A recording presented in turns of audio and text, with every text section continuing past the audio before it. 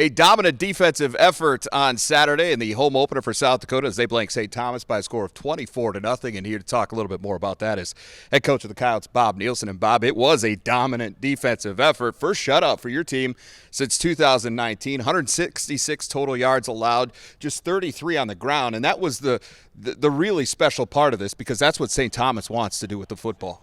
They're a rushing football team. They want to run the football, and we knew going into the game that limiting their running game was going to be a big part of what we needed to do to win. Our defense played really well in that regard. You know, a lot of those 166 yards actually came, in the drive right before half where we were playing really soft and really at the end of the game too. So, overall a really good defensive day that set us up to make it a win on Saturday. And on top of that, the second half forced a couple of turnovers, end up turning those into points, and so collectively you saw that complementary football again. 3 turnovers forced on the year so far, and you've gotten points out of every one of them. Yeah, and not only that, we did a great job in the kicking game, controlling field position too. Their average starting field position was about the 20-yard line. So every possession they had the ball, they had to go the length of the field. We had some shorter field possessions, which we capitalized on a few of those, and that turnover margin is always important. From an individual standpoint, getting back to that defense now, Nick Gaes had about as big of a day as I think he has ever had in his life. How about this line? 5 tackles for loss, 7 total tackles, 5 for loss, 3 for sacks. I mean, 54 was everywhere on Saturday. They had a hard time blocking him, and Nick's a very explosive player. What a lot of people don't know is he didn't practice till midweek. He was still coming back from a bit of an injury that he suffered in the Missouri game, and he played really explosively, not just to have 3 sacks, but 7 tackles as a defensive interior guy. That means you're defeating blocks and you're getting to the football. Well, and just for him too, I'm sure from a confidence standpoint, after deal with the injury last year, you knew what this guy could do from what he did as a freshman on this team. But to see him be that disruptive, boy, I imagine Coach Johansson's awfully excited about that. Yeah, it's great to have him back and have him back healthy. We were a little thin at that position. He and Blake Holden had to play the majority of snaps because a couple of guys that we roll in those positions were out with injuries, and he took advantage of every snap. Offensively, it was a bit of an uneven day, particularly in that first half. Tommy's held you to 7 points over those first 2 quarters.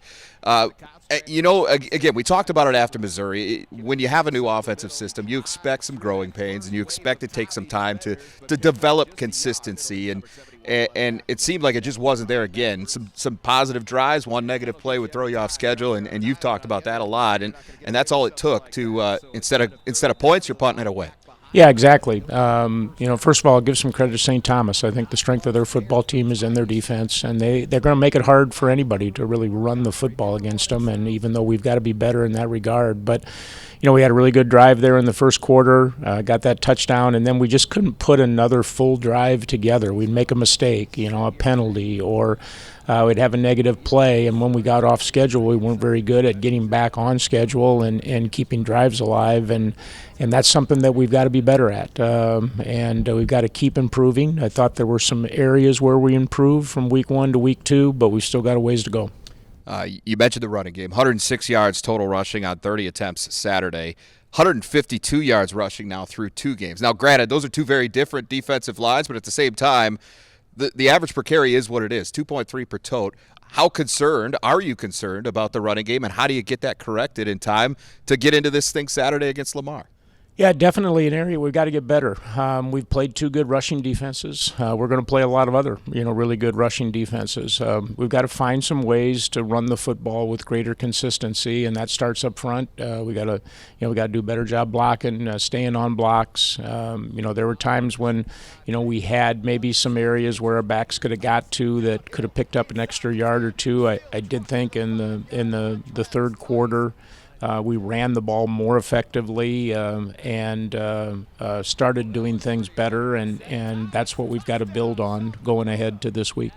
Of course, it'll help too if you the more two-dimensional you can be, and as that passing game comes along, it was a little up and down for Aiden on Saturday, but certainly establishing a consistent connection with Jack Martins, with Carter Bell. Saturday we saw J.J. Galbraith get in there with a little bit more regularity. how's that part of the game coming along? Aiden's development also, but just the passing game as a whole. Well, I think Aiden would be the first to admit, we missed a few throws on Saturday. We had a couple of guys open that could have kept drives alive where we didn't get the ball to them. Gave up a sack or two at inopportune times when we had guys that would have been open, and so it's a combination of things. We're still trying to figure out a little bit offensively the kinds of things that we're going to hang our hat on, and I think we took a step forward last week and need to take another step forward this week. Bottom line is it's a win. You protected the home field, which is something that you talk regularly about, and you get another chance this weekend against Lamar, and we'll talk a little bit more about that one coming up later this week.